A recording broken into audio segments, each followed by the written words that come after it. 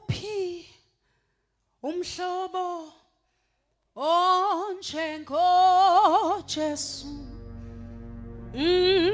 ake khokha bakekho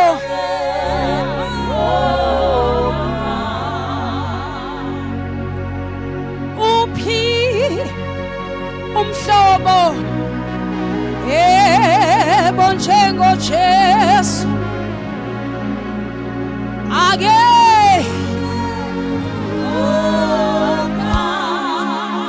ayakekho noga philisa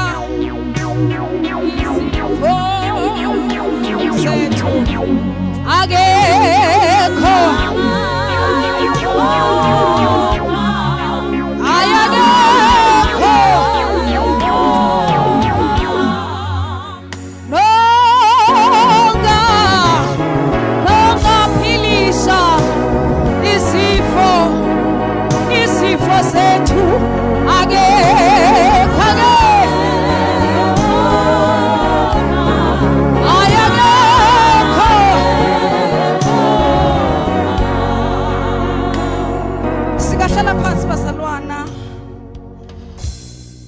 ngiyacela ukubingelela phakathi kwethu kule mzuzu emibili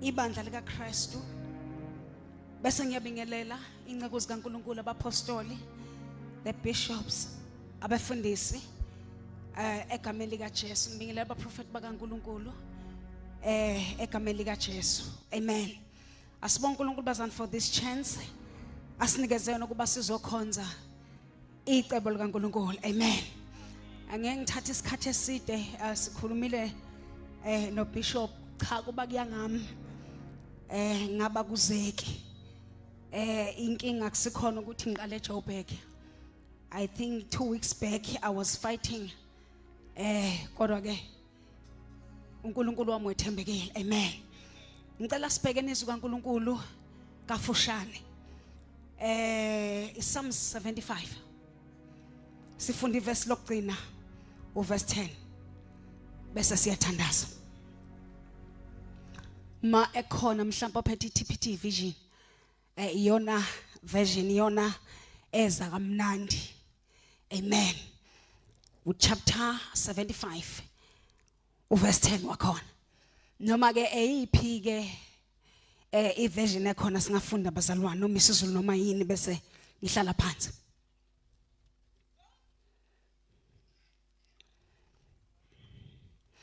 any version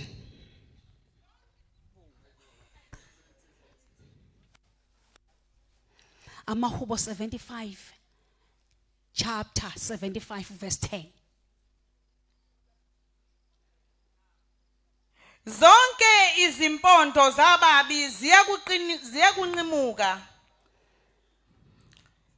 zonke izimpondo zababi ngiyakuzinquma verse 10 amen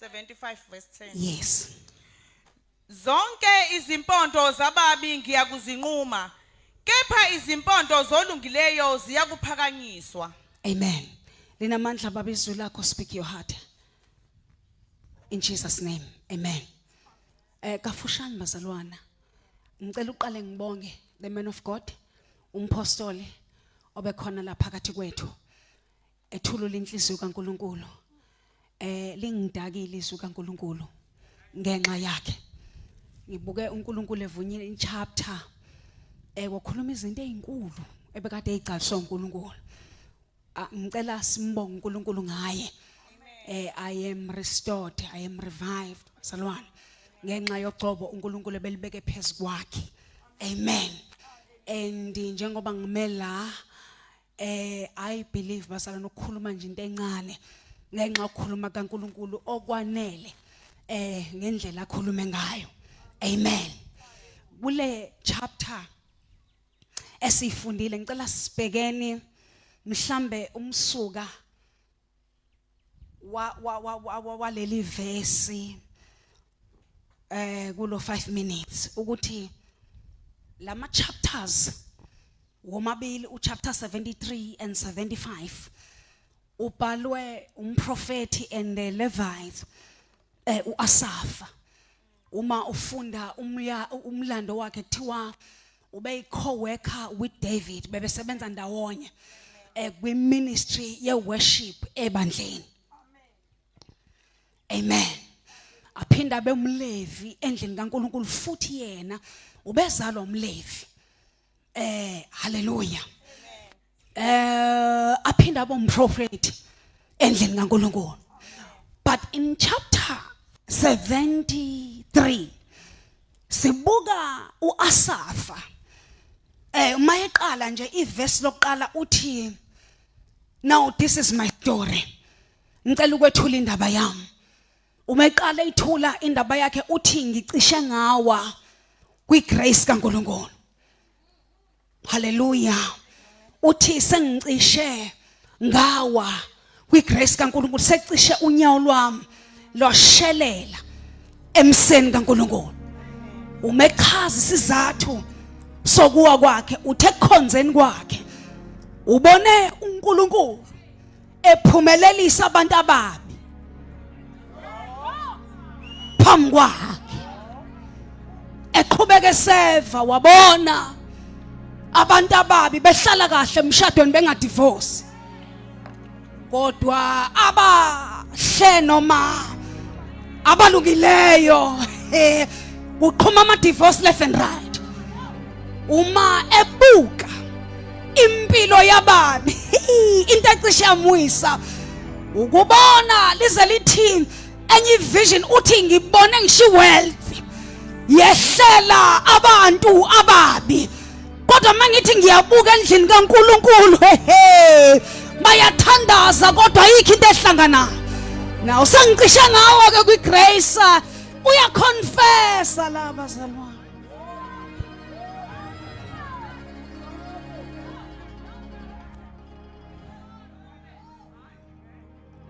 He's speaking hard ukuthi akhonzeni kwami, my daughter, ngikhonze ngakhonza kungaveli lutho, ngase ngena kwi-competition ngabheka uNkulunkulu eflathela abalungileyo, kodwa ngabona kuphakama uphondo labantu ababi. Nanso-ke into engiwisa kwigrace. Umeqhubeka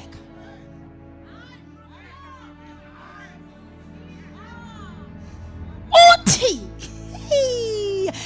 isono noma ukungazi kwami kungiholele ekuthenini ngibe isoni. Mangiyibuka ngigcina sengiyidisgrace phambi kwethabanakele naphambi kwenkazimulo kaNkulunkulu. Ngona ngacishe noma ngona ngase ngaphenduka ihlazo. Ngona zayaka intshumayelo ivela kuNkulunkulu, kodwa kwazokhulunywa ngokona kwami. Ngona ngaze ngangafaneleka ukuba senkazimulweni nasemhlanganweni kaNkulunkulu. Lento yongenzeki kwezinto ngifake kwi-competition nasesonweni.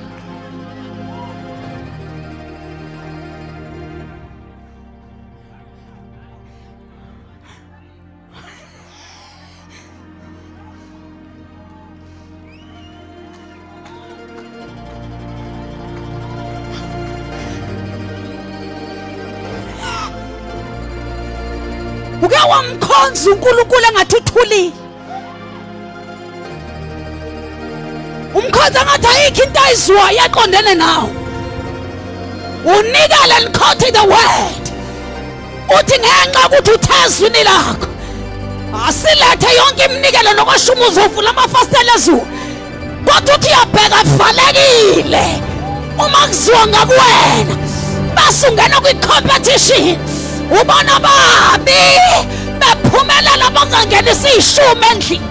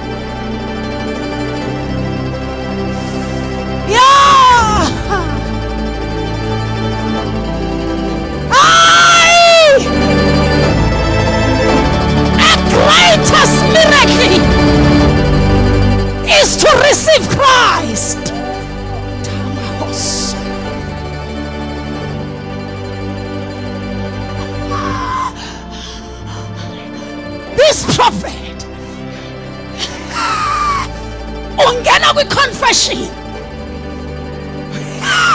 Ufaka uNkulunkulu kwibhokisi lokuthi uNkulunkulu wezinto eziphathekayo. And God kept quiet. Wathola uNkulunkulu waqayi. Kusho ukuthi noma bomprofeti ubungakangazi ngeke ungikale ngokuna kwaZulu base ungikala ngesomiso. NgeUNkulunkulu kuna ngeUNkulunkulu kungale.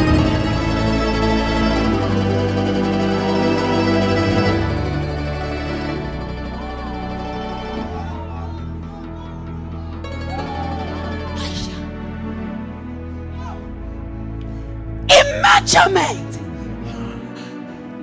yakho asafa is very wrong. Uthama bona babephumelele wangehlisa wazongilinganisa nesinkwa kanti angilingani nesinkwa wazongilinganisa nama properties kanti angilingani nama properties awuzwanga nasafa ukuthi ngangamkhuza uIsaya ngathi yonke into ekhona imfuyo neyinkabi kungokwami ningangibribe ngemhlatshelo ngoba bangifuna emhlatshelo I will come down.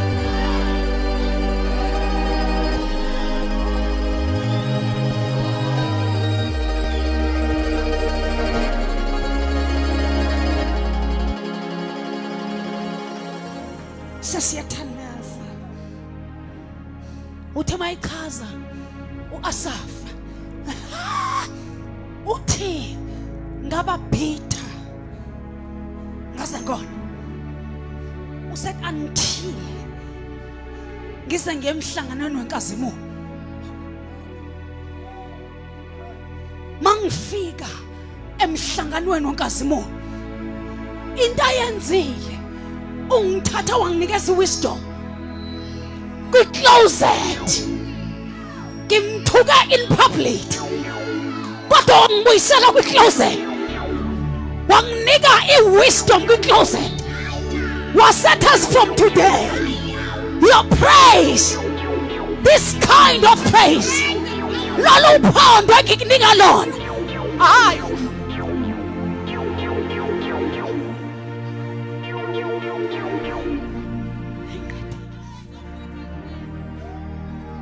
this kind of praise lendlela yokushumayela lendlela yokukhonza icebo lendlela yokunikela uyoba njengoJuda uyobamba isitha ngojingo lentaba usiyamemezela uthi I'm no longer the same.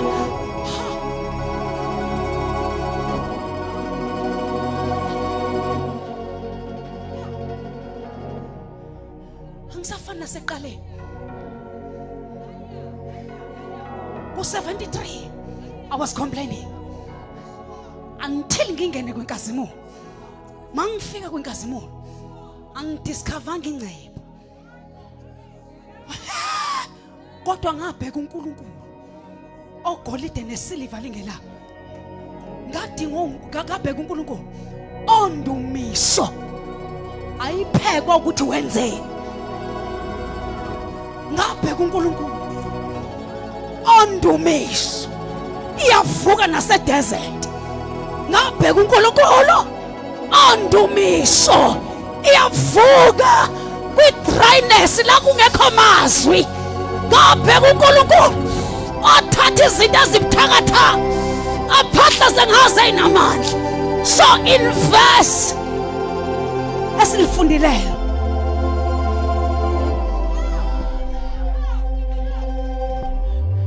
kusukuma olunye uhlobo lomuntu obona izinto zenzeka kwabanye abantu zingenzeki kuwe. Mhlawumbe ngikhuluma nabantu abangcono la uke wamkhonza uNkulunkulu usaba ukuma phambi kwabantu abantu oqale nabo baphumelele bonke mawuthi uyabuka impilo yabo awuthinti futhi awuthintisi. Bona ama-cyclists wabo ayikho into engenziwe kodwa makuziwa kwi-wealth njengoba siqeda ukukhonza mhlawumbe ngizorequesta bona bazogibela iy'motweni ey'nkulu babese bayojola sometimes mina ngijoli kodwa kuvalekile on my side ngizomemezela shobe uyasiqedele ukuthi nantu uhlobo uNkulunkulu afuna ukulivusa yilolu hlobo waluzophakamisa umthandazo noma izinto ingavumi uthi le nhlobo engiyiphethe manje yile ekwazi ukubamba isitha.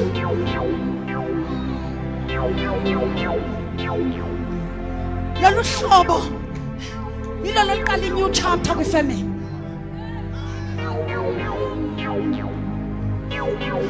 Ngivumelanile mangithi lolu hlobo mhlawumbe azukulishesha ukuveza izinto eziphathekayo kodwa khona izinto ezilwayo kwi-closet lusadila nokhondolo lokuthi abangizalayo bafa bengenaso ngisho isitini esibiza igama labo.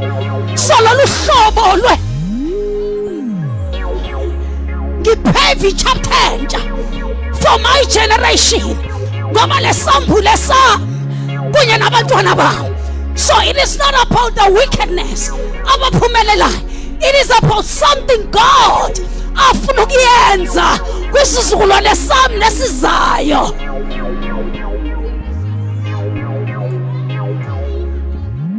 Usathi in closing kodwa abalungileyo bazophakanyiswa.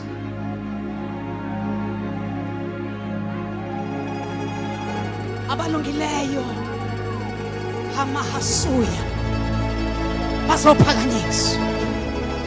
Bazophakama ngathi abaze bangaphakama eqaleni. Bazophakama ngathi akazi bekhona i-downfall. Abalungileyo bazophakama ngathi abazange bathuliswe isitha. Abalungileyo bazosilandela izinto angisho ukuthi kuye emathuneni ezalala nongidi nobhengu. Awunikhona bazalwane abalungileyo bazobuya ne-restoration alungileyo.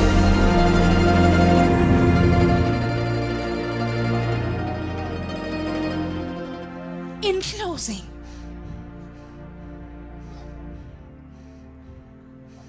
this man, a faithful man of God, izinto ezamshaya one ukuba khona ethempelini as a Levite, njengo-conductor ne-co-worker with David. Abantu kade edumisa phambi kwabo babuye bazofakaza bathi yazi indumiso yakho ibuyisile umuntu owalahleka. Mathi uyabuka mangathiwa ngithola ithuba lokubonga mina njengo-Asafa ngizobongana. Babuye bamprovoke mpostoli prophet bathi yazi uthe udumisa mprofethi inkosikazi wami kade ngenabantwana kodwa udumise wakhonsiva.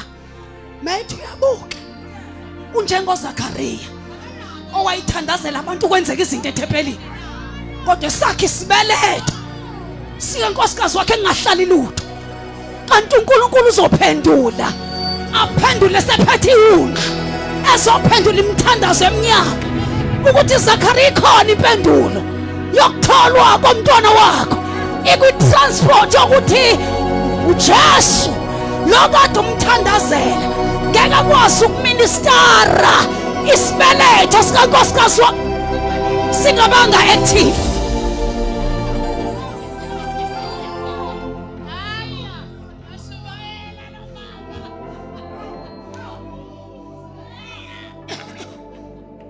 Fangiqale ngi-deactivate. Okay, this man is praying ethempelini, praying for ukuthi abantu ababe nezinto babe nazo izinto. Was waguga engekho ama-answers. kanti uNkulunkulu uzomlethela impendulo direct, indirect. Waqala wabheka icebo lakhe uNkulunkulu ukuthi emthandazweni kaZakhariya liyangena nicebo la.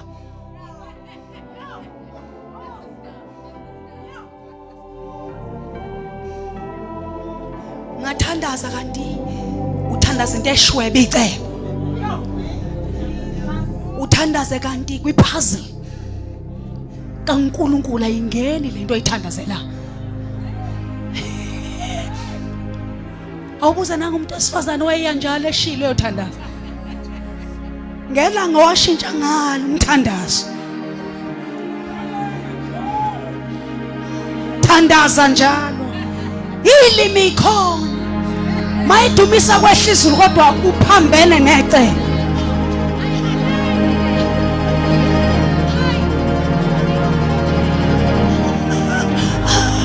Uyavutha yena kodwa uvuthe eceleni kwecebo. Mfowethu sobuya esixoxe. Uyathandaza yena kodwa uthandaza empostoli eceleni kwecebo ngoba fasibheke nalento okubeka izandla abantu bese eceleni kwecebo bengekho align with the purpose, because njengoba sila asikhonela ngokwethu, sikhona by his purpose, for his purpose.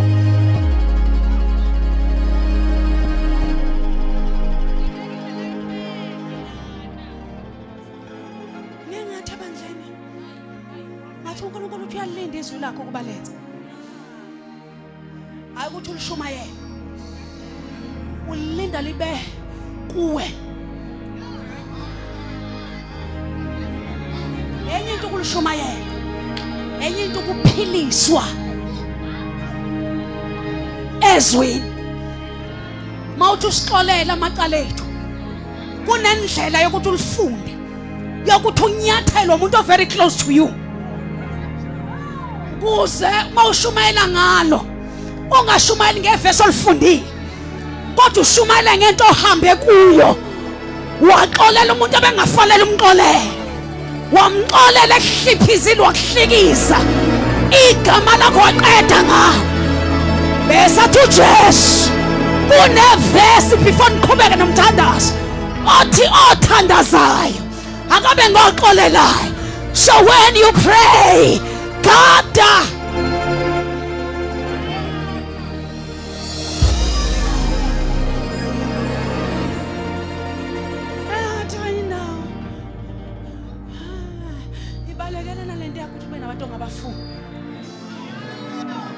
wathandaza uKhoneliyo esimkhotha njalo, wathandaza kanti impendulo yakhe izoza ngamaJuda. AmaJuda kadlelana namaGentiles. Uthi ngikhuluma nawe ukuthi wena usheshe waphuma ebandleni, khona impendulo eziza ngabantu esingabafuni. Abona emthandazweni ukudike, emthandazweni kanti impendulo ihleli kuma-Gentiles, impendulo ihleli kuma-Jews. Lama-Jews ongadlelani nawo uthi uNkulunkulu uthi ngikufundise.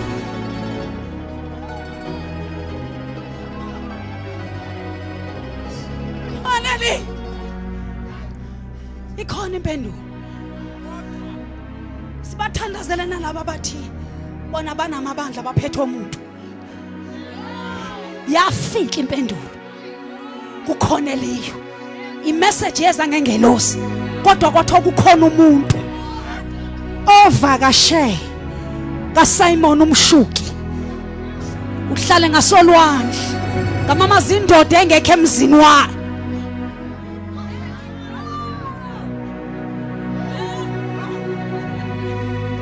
Indoda elele embhedeni ekungakona kwayo, indoda edlela esitsheni engasasi imali bangizwa. So impendulo yakhe kuleyo ndoda othi mawuthi uyayibheka akunasibusiso ngoba ayikho into elandelekayo ngayo, kodwa kuthiwa khona impendulo kulamahliphihliphi wabona. judging people.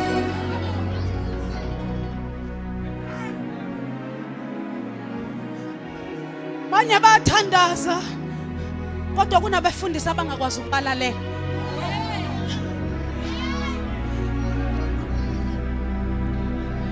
Wathi omunye wemama Shaba, uSibambani muzwa kanjani njoba walahlwa unkosikazi? Uyazi ukuthi mayishumayela kuvele ngithi yazi ukuthi ushithi wena yilo muntu othandaza kodwa ongekho kwistand esithi uNkulunkulu impendulo noma ingavela ngalaphi. Ngicela ukukhuluma as a prophet. Kungenzeka ukuthi eminye yemthandazo iblockwe nayilezi inhliziyo zethu ezimbi. uNkulunkulu angayideliver imessage ngomuntu ongamthandi. Nibange into ethi uvele sitsheni sezinto ezingadleki. Kwafanele uNkulunkulu amsebenze uphethe. Mayithi hlabala udle. Uthi lo nto thangidle. Ayidleki. Kunamahliphi aphethe impendulo ze.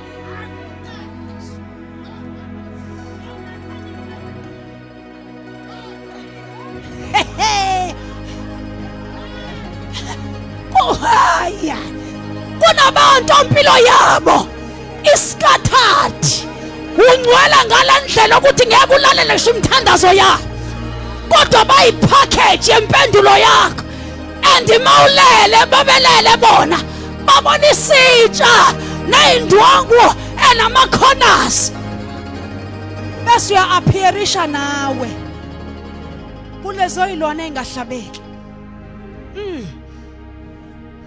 Kuvele wena kule lento engadleki. uNkulunkulu enza umuntu ongakwazi ukukwamkela amshaye ngesiyezi bese athi nasi sitsha phinda sinwebe athi kulesi sitsha awubheke athi uyabheka izilwane nokho ungcwele kakhulu ukuthi angahlaba la athi uNkulunkulu phakathi kulezi zilwane khonto engiyikhulumile okungcwaliswa uNkulunkulu ngasho kanjani. So mawusuka la hamba uye kulabantu ocabanga ukuthi kune boundary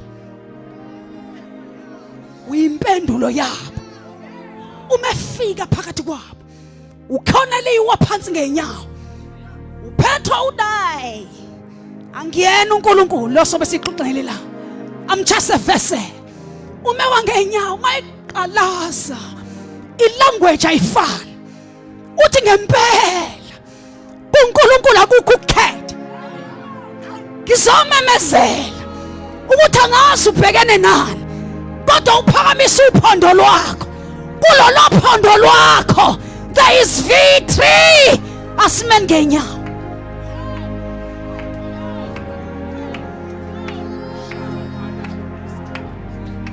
Asime ngenyawo bangcwele asime ngenyawo shanda maya hela basayo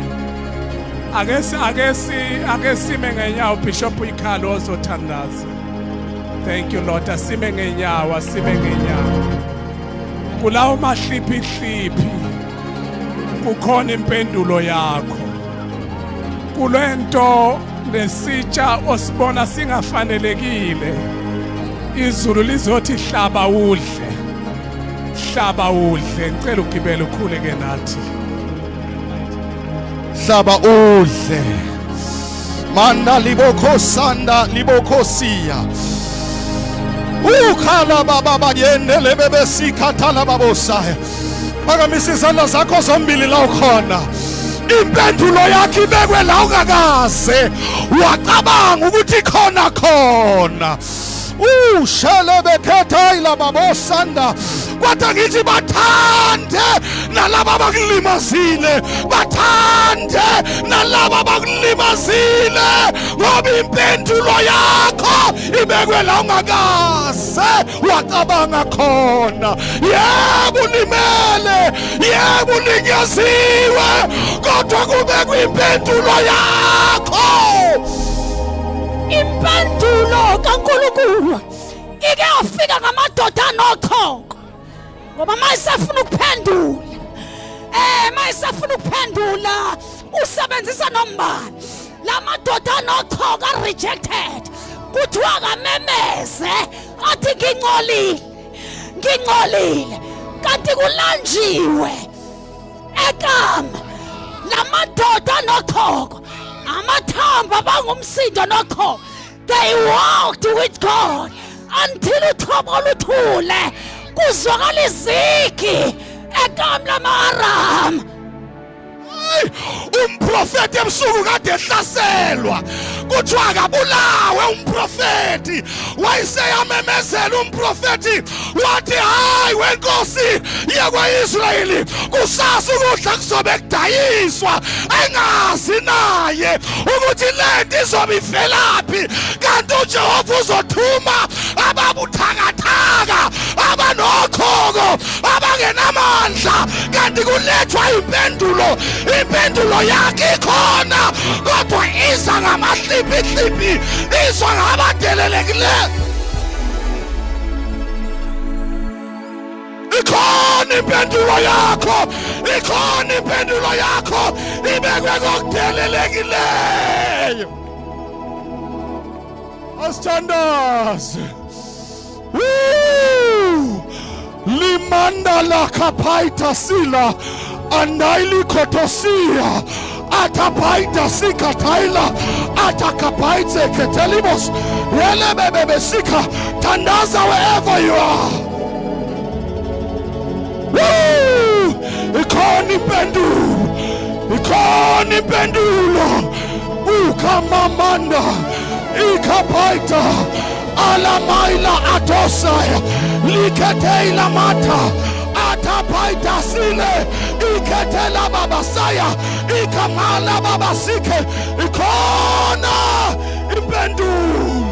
Siyabonga baba wethu ongcwele, siyabonga uNkulunkulu ophilayo, siyabonga namhlanje ukukhuluma impendulo ngegama likaJesu waseNazaretha.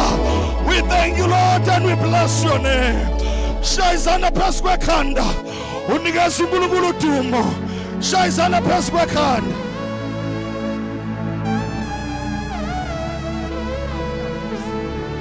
Ake simshayele uJesu izandla phezu kwekhanda and give him praise. Give him praise. Worship the Lord. Ake simshayele izandla. Come on, Church of Jesus, you can do better than that. Ake ushaya izandla and worship him. Ake ushaya izandla and worship him. Woo! Yes, Lord.